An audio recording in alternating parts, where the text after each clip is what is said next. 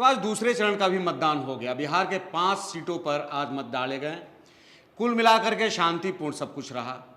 आज हम जानकारी के लिए यहाँ पर बैठे हुए हैं, जानकारी साझा करने के लिए यहाँ पर बैठे हुए हैं कि किस सीट पर कौन झंडा गाड़ेगा, वोट प्रतिशत क्या रहे, उसका असर कुल मिलाकर के क्या होगा। और हमारे साथ इस विषय पर चर्चा करने के लिए बैठे हुए हैं अमित जी। अमित जी से हम जानना चाहेंगे कि कुल मिलाकर के आज 5 सीट पर क्या कुछ रहा। क्या कुछ रहा, लोग वोट तो किए, लेकिन अगर वोट प्रतिशत की बात की जाए तो पिछले साल के जो चुनाव, मतलब पिछली दफ़ा जब लोकसभा चुनाव हुआ था, उससे वोट प्रतिशत अभी तक कम है वो डाटा। हालांकि ये डाटा पूर्ण रूप से अभी तक सही नहीं है, क्योंकि कई जगहों पे लेट तक नक्सल प्रभावित क्षेत्र, वहाँ कई बूथों पे लेट तक मतदान का प्रावधान है और उसका परसेंटेज अभी तक आया नहीं है सामने। तो मिला जुला के लगता है कि पिछली दफ़ा जो लोकसभा चुनाव हुआ था, परसेंटेज तो उससे कम ही रहेगा। अब इसकी वजह क्या रही, बेहद गर्मी थी या वोटरों में उत्साह पहले जैसा नहीं था, ये अलग बात है। अब वो देखने वाली बात है, जब पूरा डाटा सामने आ जाएगा तभी कहा जा सकता है। अब बात कर लें हम लोग यदि हार जीत की, रुझान की, तो सबसे पहले हम लोग बात करते हैं किशनगंज की। किशनगंज की बात इसलिए करते हैं कि ये जो आज 5 सीटों पे जो चुनाव हो रहा है, उन सबों में एनडीए की ओर से ये सीट जो है जेडीयू को मिली हुई है और इन 5 में से 4 पर जेडीयू पिछली दफ़ा जीत हासिल की थी। लेकिन एक किशनगंज है जहाँ की वहाँ के सिटिंग एमपी जेडीयू के नहीं हैं, कांग्रेस के हैं। इस कारण हम लोग सबसे पहले बात करते हैं किशनगंज लोकसभा सीट की। किशनगंज लोकसभा सीट में एनडीए की हालत इस बार पहली जैसे ही खराब दिख रही है। दरअसल यहाँ मुकाबला त्रिकोणीय हो गया है। असदुद्दीन ओवैसी की पार्टी जो है AIM, उन्होंने भी इस बार उम्मीदवार खड़ा किया है। अख्तरुल ईमान ओवैसी की पार्टी से उम्मीदवार है, तो वो मुस्लिम वोटर को काटते नजर आ रहे हैं। ऐसे में जो कांग्रेस के जो सिटिंग एमपी है वहाँ से मोहम्मद जावेद, जो इस बार भी कांग्रेस ने उन्हीं पर भरोसा जताया था, वही उम्मीदवार भी हैं उस जगह से। तो मोहम्मद जावेद की मुश्किल अख्तरुल ईमान बढ़ा रहे हैं। मुस्लिम वोट जो है आपस में एक दूसरे को काटते नजर आ रहे हैं। लेकिन ऐसा कह सकते हैं कि कांग्रेस का पलड़ा थोड़ा भारी ही नजर आ रहा है। अब बात रही जेडीयू के उम्मीदवार मुजाहिद आलम, कुछ यहाँ खास नज़र, यहाँ ना तो अमित शाह का कोई जादू चलने वाला है, ना ही पीएम नरेंद्र मोदी का कोई यहाँ जादू चलता नहीं। और ये किशनगंज है, यहाँ के जो मुस्लिम वोटर हैं वही डिसाइड करते हैं कि किसकी जीत होगी और कौन हारेगा। और कहीं ना कहीं इस सीट के जो इस क्षेत्र के मुस्लिम वोटर है, उनमें एक बीजेपी के प्रति नाराजगी है। तो आज के चुनाव को देखते हुए हालांकि ये कहना मुश्किल है कि अख्तरुल ईमान जीत जाएंगे या फिर से मोहम्मद जावेद की ही जीत होगी, ये कहना मुश्किल। हाँ, ये साफ साफ दिख रहा है कि जेडीयू के उम्मीदवार रेस से बाहर हैं। तो अब देखना है कि अख्तरुल ईमान जीतते हैं या मोहम्मद जावेद, ये अभी कहा नहीं जा सकता। अच्छा, वोट प्रतिशत जो गिरा है पिछले चुनाव के अपेक्षा इस बार, तो इसका क्या असर हो सकता है? इसमें कुछ अभी नहीं कहा जा सकता है। वोट प्रतिशत गिरा है, हो सकता है कल आप जब अखबार सुबह सुबह चाय पीजिए और अखबार पर नजर डालिए तो वोट प्रतिशत जो है पिछली दफा इतना ही दिखेगा आपको। इस कारण अभी आप इसको गिरा नहीं मान सकते हैं। ये प्रारंभिक डेटा है, ये डेटा रात तक कुछ और ही बदल जाता है, तो ये कोई मतलब नहीं है। ये इससे तो आगे बढ़ते हैं। पूर्णिया की हम बात करते हैं। पूर्णिया की अगर हम बात करें, पूर्णिया में इस बार रोचक मुकाबला है। जदयू के संतोष कुशवाहा मैदान में है और आरजेडी से बीमा भारती है। तो पप्पू यादव निर्दलीय है, मैदान में ताल ठोक रहे हैं। तो काफ़ी चर्चाओं में है पप्पू यादव। जाहिर बात है, पप्पू यादव जब मैदान में उतरे हैं तो जीत हार का तो गणित कुछ भी किसी का भी बदल सकता है। कहा तो ये भी जा रहा है कि बीमा भारती मैदान से ही बाहर है बिल्कुल। हाँ, ये बात गलत नहीं है। बीमा भारती मैदान से बाहर ही नज़र आ रही है, क्योंकि पप्पू यादव जो है ताबड़तोड़ रैली कर रहे थे, लोगों से मिल रहे थे, पप्पू यादव के प्रति लोगों की एक सहानुभूति भी देखी गई कई जगहों पे। तो पप्पू यादव का थोड़ा सा यहाँ दिख रहा है मामला। लेकिन अगर बात करें जीत हार की, तो पप्पू यादव का जीतना थोड़ा मुश्किल लग रहा है। यहाँ पीएम मोदी फैक्टर बहुत काम कर रहा है। ये विधानसभा चुनाव नहीं है, समझना होगा, ये लोकसभा चुनाव है। अब वोटर समझते हैं कि ये लोकसभा चुनाव है, तो हमको किन मुद्दों पे वोट करना है पार्टी को। और पीएम मोदी का जलवा अभी भी बरकरार है। भले किशनगंज में वो जलवा नहीं दिख रहा हो, लेकिन पूर्णिया में वो जलवा तो दिख रहा है। तो आप ये कह सकते हैं कि अगर मोदी फैक्टर नहीं होता तो शायद पप्पू यादव इस बार चुनाव निकाल ले जाते हैं यहाँ से। लेकिन फिलहाल ऐसा लग रहा है कि जदयू के संतोष कुशवाहा जो हैं वो जीत दर्ज कर सकते हैं। और अमौर में, श्रीनगर में जो वोट का बहिष्कार हुआ है, पूर्णिया के अमौर और श्रीनगर में 2 जगहों पर कुव्यवस्था को लेकर के, वहाँ के विकास के मुद्दे को लेकर के वहाँ की जनता ने सड़क पर उतर करके देखिए, वोट बहिष्कार करना कहीं से भी मैं व्यक्तिगत तौर पे उचित नहीं मानता हूँ,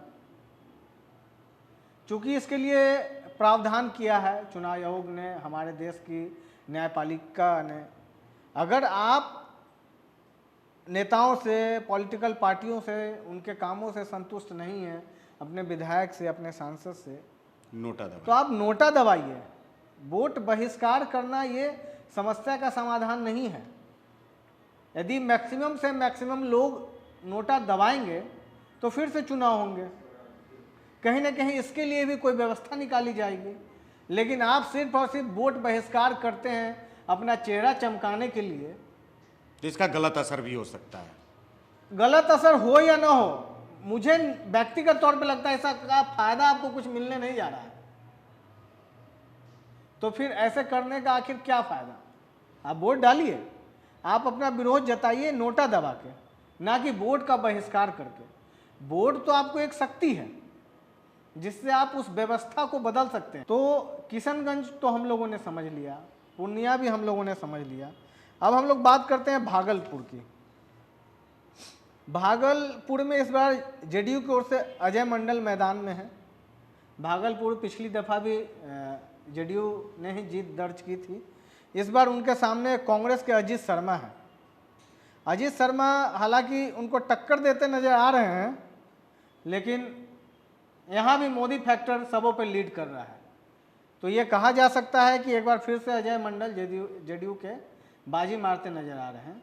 मोदी फैक्टर तो है, लेकिन अजीत शर्मा ने अपनी बेटी, जो कि एक वो एक्ट्रेस फीका है, रहा, वो फीका रहा। उनकी बेटी आई, ना तो लोगों में उत्साह बढ़ा, ना वोटिंग प्रतिशत बढ़ा, ना उस तरह का कुछ देखा गया। यहाँ भी आप कह सकते हैं भागलपुर में भी मोदी लहर की हवा एक बार फिर से है और वही चीज़ भारी पड़ रही है। विकास का मुद्दा यहाँ पर भी हवा में रहा। यहाँ के लोग भी चर्चा किए कि विकास का मुद्दा रहना चाहिए। विकास को लेकर के यहाँ पर हो हल्ला भी हुआ शुरुआत में। वो हो हल्ला होते रहता है, लेकिन जब लोग वोट डालने जाते हैं ना, तो वो कई चीज़ें हैं जो गायब हो जाती हैं, कोई नई चीज़ें आ जाती हैं। खैर, हम लोग चर्चा को आगे बढ़ाते हैं, बांका और चलते हैं। बांका की बात करते हैं। बांका में जेडीयू के जो उम्मीदवार हैं गिरधारी यादव, उनका सीधा मुकाबला राजद के जयप्रकाश यादव से है। जयप्रकाश यादव हालांकि पिछली बार चुनाव हार गए थे, लेकिन इस बार वो कड़ी टक्कर देते नजर आ रहे हैं। जयप्रकाश बड़े नाम हैं, हाँ, और चर्चाओं में रहते हैं। हाँ, लेकिन गिरधारी यादव ने पिछली दफ़ा जीत दर्ज की थी, लेकिन इस बार जयप्रकाश यादव उन्हें कड़ी टक्कर देते नजर आ रहे हैं। मतलब बदलाव होने का चांसेस है। हाँ, यहाँ कहा जा सकता है कि इतनी आसानी से गिरधारी यादव को यहाँ जीत नहीं मिलने जा रही है। यहाँ तक कि मोदी फैक्टर उनके आगे फीका पड़ता नजर आ रहा है। हालांकि यहाँ इस सीट पे साफ साफ नहीं कहा जा सकता है कि आरजेडी की जीत होगी या जेडीयू की, लेकिन जिस प्रकार गिरधारी यादव मेहनत किए हैं उस देख करके लग रहा है कि यहाँ का रिजल्ट जो है चौंकाने वाला हो सकता है। कटिहार की हम लोग बात करते हैं सर। आखिर में कटिहार में भी कुल मिलाकर के शांतिपूर्ण रहा। कुछ कुछ तो नाराज़गी रही, सवाल तो होते ही हैं, जनता अपने मुद्दे को उठाती ही है, लेकिन कुल मिलाकर के शांतिपूर्ण रहा सब कुछ। कटिहार में तो जेडीयू के दुलाल चंद गोस्वामी फिर से एक बार क्लीन स्वीप करते नजर आए। उनका खुद भी अच्छा जनाधार है, उसके पीछे नीतीश कुमार, उसके पीछे पीएम मोदी, उसके पीछे अमित शाह। इस कारण जेडीयू के जो दुलाल चंद गोस्वामी हैं वो तारिक अनवर को अच्छी मार्जिन से हराएंगे, ऐसा मुझे लग रहा है। तारिक अनवर हालांकि 5 दफ़ा सांसद रह चुके हैं, उन्हें भी कम नहीं आंका जा सकता है, लेकिन अब तारिक अनवर का जलवा कुछ दिख नहीं रहा है। दुलाल चंद गोस्वामी इसको कैसे आप नज़रअंदाज कर सकते हैं कि कटिहार में मुस्लिम वोटर्स जो हैं, यादव वोटर्स जो हैं, वो काफ़ी बड़ा फैक्टर होते हैं। ठीक है, बड़े फैक्टर होते हैं, लेकिन आप बैस वोटर को, कुशवाहा वोटर को, कुर्मी वोटर को, इनको भी आप नज़रअंदाज नहीं कर सकते हैं। ब्राह्मण वोटर्स को, इनको भी आप नज़रअंदाज नहीं कर सकते हैं। और दुलाल चंद गोस्वामी, उनकी खुद की छवि काफ़ी अच्छी है वहाँ।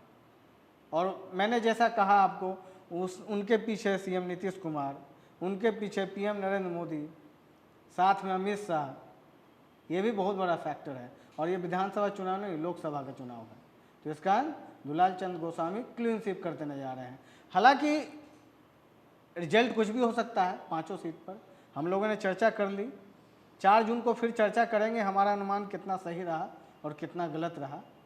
लेकिन मुझे लग रहा है कि कटिहार में दुलाल चंद गोस्वामी क्लीन स्वीप करते नजर आ रहा है। तो आपने सुन लिया, ये स्थिति है आज के मतदान का। 5 जिलों में आज मतदान किया गया। कुल मिलाकर के शांतिपूर्ण रहा, कुछ एक जगहों को छोड़ करके, जैसे कि पूर्णिया में 2 जगहों पर वोट बहिष्कार हुआ। वोट प्रतिशत जो है पिछले चुनाव की अपेक्षा इस बार कुछ कम रहा। तापमान भी बहुत बढ़ा हुआ है, गर्मी के कारण लोग अपने घरों में दुबके रहे। लेकिन शाम को लोग घर से निकले, जितने वृद्ध थे वो भी जाकर के मतदान किए। तो अमित जी ने बताया कि क्या कुछ होना है। वैसे तो 4 जून को सब कुछ क्लियर हो जाएगा कि झंडा कौन गाड़ रहा है, विजय पताका कौन लहरा रहा है। तो इंतज़ार करना है। तमाम अपडेट्स के लिए बने रहिए हेड्सअप न्यूज़ के साथ। हेड्सअप न्यूज़ को अगर आपने अब तक सब्सक्राइब नहीं किया है तो जल्द से जल्द सब्सक्राइब कीजिए, लाइक कीजिए, बेल आइकन दबाना नहीं भूलिए। साथ ही कमेंट बॉक्स में सुझाव भी देते रहिए।